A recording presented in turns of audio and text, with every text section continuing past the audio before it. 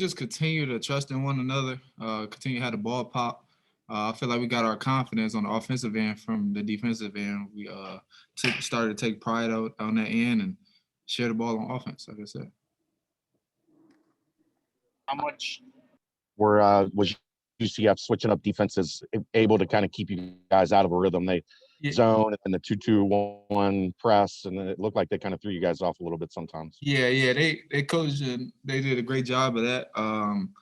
They was kind of mucking things up. Come down the court, you don't know what defense they're in, but like I said, ball movement, ball beats all, and if you just continue to move the ball like we did down the stretch, I think things will open up like it did.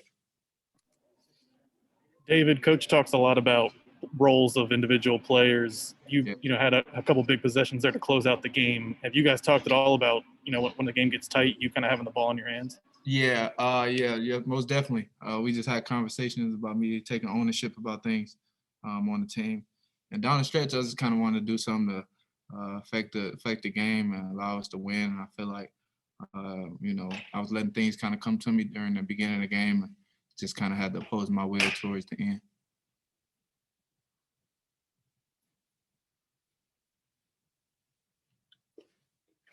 You can't hear me? I can hear him okay. You got me? You got me? Yeah. You're good, Keith. Go ahead. Hey, David, they went on a run at the end of the first half. What was the conversation like at halftime to make sure this thing didn't go the other way? Yeah, we feel like prior to this game, the past few games, we played tougher than our opponent. We played harder. And we didn't feel like we came out there and did that for the first 20 minutes of the game. We felt like we settled on offense and was relying on offense too much, and we just kind of wanted to get back to our identity, which is toughness on the defensive end. David, you guys started this year 2-6. Now you're 1-4 straight at 7-7, even 500. You're above 500 in the league. How did you do it? How did this team not just give up when you're struggling like that in the beginning of the year?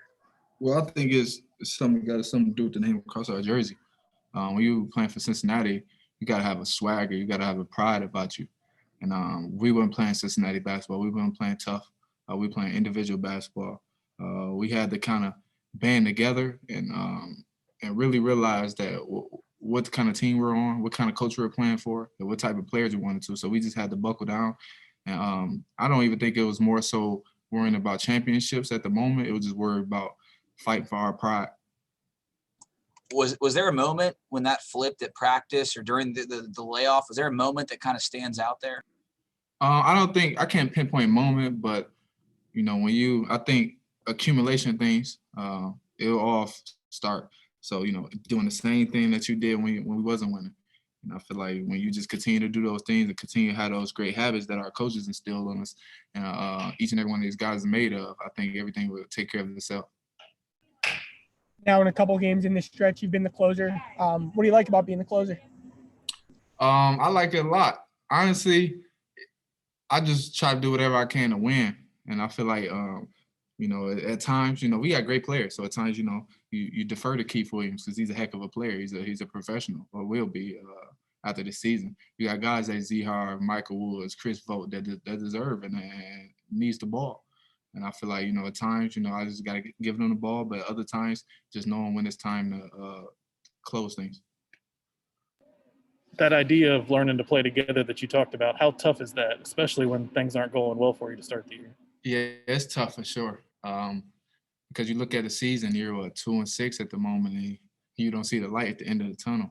But Coach always saw that light at the end of the tunnel. It's crazy. Like, there was times she was talking, and we were just you could just see guys' head down, like, but he believed in us. And like I said before, when you have coaches like that believe in you, that brings it each and every day, no matter what his record is, all you can do is blow through a brick wall for that guy. Especially in the first half, the half-court offense looked a lot better. What focuses and changes have you guys made in that area? From the first half to the second half?